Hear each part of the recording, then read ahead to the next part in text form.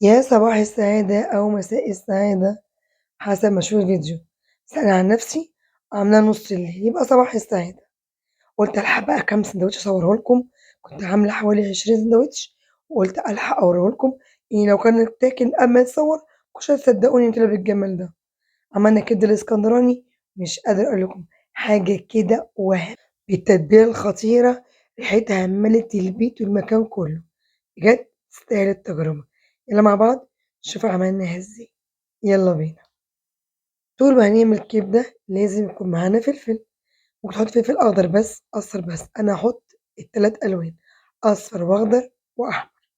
هنجيب كده قلاية على النار نحط فيها بس قد 4 معالق زيت، ولازم يسخنوا معايا جدًا عشان أسمع الصوت ده، تمام؟ هنا أنا استخدمت نُص كيلو كبدة عصافيري، وأنتِ لو عندِك مستورد ما فيش مشكلة، استخدميه بس الكبدة يا جماعة ما بتتغسلش.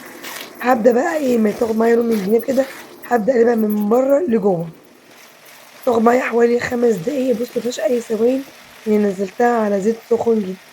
هادّيها بقى كده عصرة ليمونة دي أساسي يا جماعة، حلو أوي. أشيل أي بذر موجود مني من الليمون، وأبدأ أشوّح كده، وأنا باشوّح أنزل بمعلقة توم كبيرة، وأقلب بقى التوم مع الكبدة لحد ما أشم الريحة الجميلة دي. هنا أبدأ أبهّرها، وهي بهاراتي عبارة عن إيه، كمون الكبدة بتحب الكمون جدًا، وبصل باودر، ومعايا فلفل أسود وتوم باودر، وما انساش مكعبين مرق ضروري، ورشة ملح صغيرة جدًا، واوعي تنسي إن أنتِ حاطة مكعبين مرق، مكعبين مرق هنا بتخلّي ريحتها خطيرة، بجد روعة جدًا، بتخلّيها تروح مكان تاني خالص. أبدأ أشوّح كلّه مع بعضه لحد ما أحس إن التوابل كلّها اتشبعت في الكبدة، وكمان المرق فَك معايا خالص، خالص. زي ما قُلت لكم أنا قطّعت فلفل ألوان، هي بتحب الفلفل الأخضر بس، بس أنا كان عندي فلفل أحمر وأصفر نزّلته عليها بالمَرّة.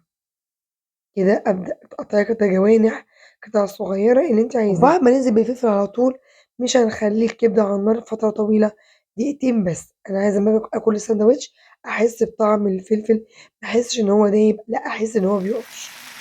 شايفين شكل الكبدة حلو إزاي؟ كده خلصت معايا، هاطفي عليها وأبدأ إن أنا أقدّمها. أنا كنت عاملة من نُص كيلو حوالي 20 ساندوتش.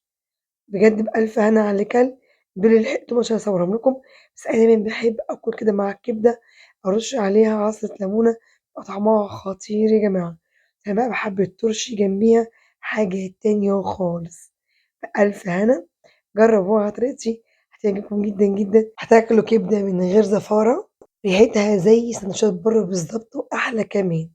ألف هنا، أتمنى الفيديو يكون عجبكم، ولو عجبكم لايك، وكمان شيروا الفيديو، ولو مش متابعيني تابعوني، وعايزة أقول لكل حبايبي كل سنة وأنتم طيبين، سلام.